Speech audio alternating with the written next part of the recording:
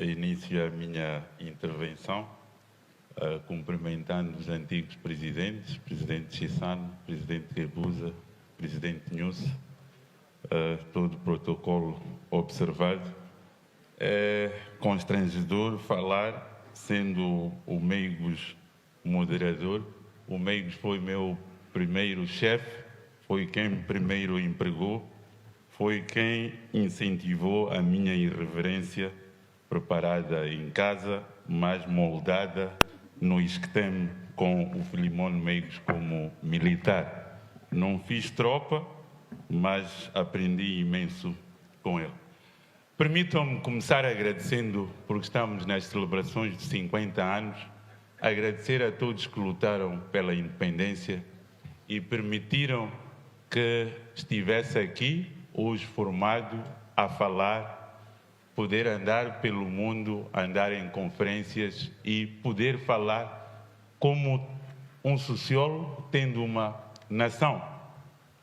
As minhas origens são humildes, da Catembe, e a minha referência é o meu avô, Daniel Njauana, que trabalhou com Robert Machava, que foi quem traduziu a Bíblia de inglês para Ronga, e criaram a primeira escola na Catembe, em Kassan, dando aulas àquelas crianças na altura. Robert Machava e Daniel Njauana viviam da caça e pegavam as peles de animais e iam vender à África do Sul e à Suazilândia. E com isso eles foram fazendo formação naquela área.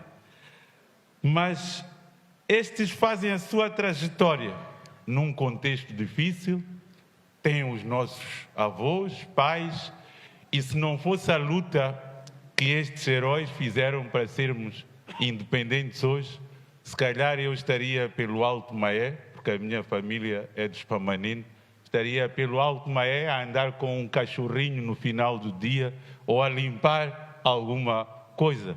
Honra seja dada àqueles que sacrificaram a vida para lutar pela independência. Eu gostaria de pedir uma salva de palmas. Posto isto, eu vou pegar em Lutar por Moçambique, um livro que leio todos os anos e devia ser obrigatório na nossa escola, não apenas por ter sido escrito por Eduardo Mondlane.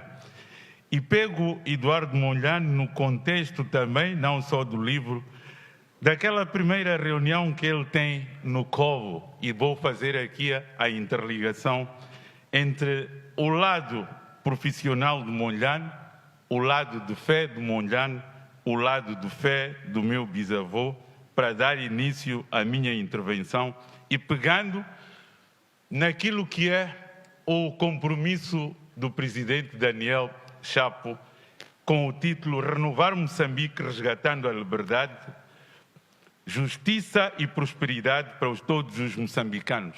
Pegando também no discurso inaugural, que é um discurso inaugural que fazendo o diagnóstico daqueles que são os problemas que nós enfrentamos, ou do caminho que nós devemos fazer como nação, convidando os moçambicanos a engajarem-se nesta luta por Moçambique num contexto difícil. Um contexto marcado pela pobreza, pela exclusão social, com juventude com dificuldades, crianças na miséria. Várias reportagens foram feitas, o INE tem vários dados que mostram quantos milhões de crianças estão na pobreza, com as barrigas de fome. Aquela barriga de fome, ela compromete a criança do ponto de vista até de reflexão. Quando atingir a idade adulta, vai ter, do ponto de vista cognitivo, muitas limitações. Esta é a realidade que nós temos, é a realidade que, neste compromisso, neste discurso inaugural, é convidado Moçambique a lutar por Moçambique. E permita-me aqui pegar nesta dimensão de fé, depois vão entender porque é que eu fui buscar isto. É o Evangelho de Lucas, no capítulo 6, versículo 12 a 13. Ele diz assim: naqueles dias, Jesus retirou-se para o monte a fim de orar e passou a noite orando a Deus. Ao amanhecer, chamou os seus discípulos e escolheu 12 dentre eles, aos quais também deu o nome de apóstolos. Escolheu 12, significa que Jesus tinha mais de 12. Antes de iniciar a sua missão transformadora, Jesus Cristo afastou-se do tumulto, subiu ao monte, passou horas a fio a orar. Quando desceu, não foi procurar os fariseus, os doutores da lei, os sábios. Jesus procurou homens simples, pescadores, cobradores de impostos, pessoas comuns, mas com disponibilidade para ouvir, para aprender e para mudar o mundo.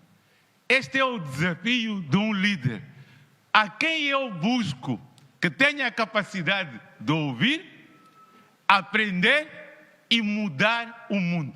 Mudar o mundo é mudar Moçambique no contexto que nós conhecemos.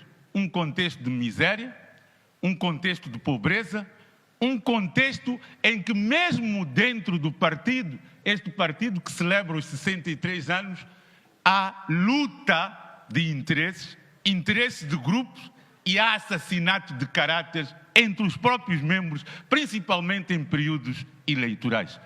Onde a tribo que se diz foi combatida, a tribo é resgatada em todos os momentos eleitorais, com o discurso do Viente, com o discurso de que este não é nosso e com o discurso de que quem paga mais coopta-se.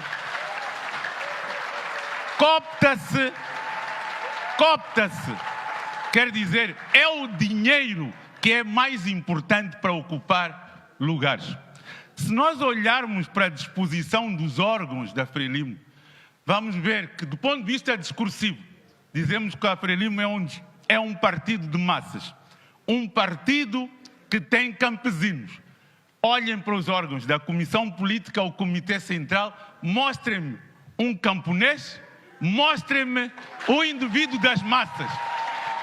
Os órgãos estão totalmente controlados por aqueles que dominam, que têm dinheiro, que cooptam. Esta é uma dimensão extremamente importante porque ela depois vai definir e decidir a composição dos órgãos do poder. Permitam-me que, ao celebrarmos os 50 anos da independência e os 63 anos da Frelimo, somos chamados a renovar o compromisso com a luta. Mas esta luta é nova. É uma luta para a independência econômica de Moçambique. Celebrar os 50 anos da independência e os 63 anos da fundação da Frelimo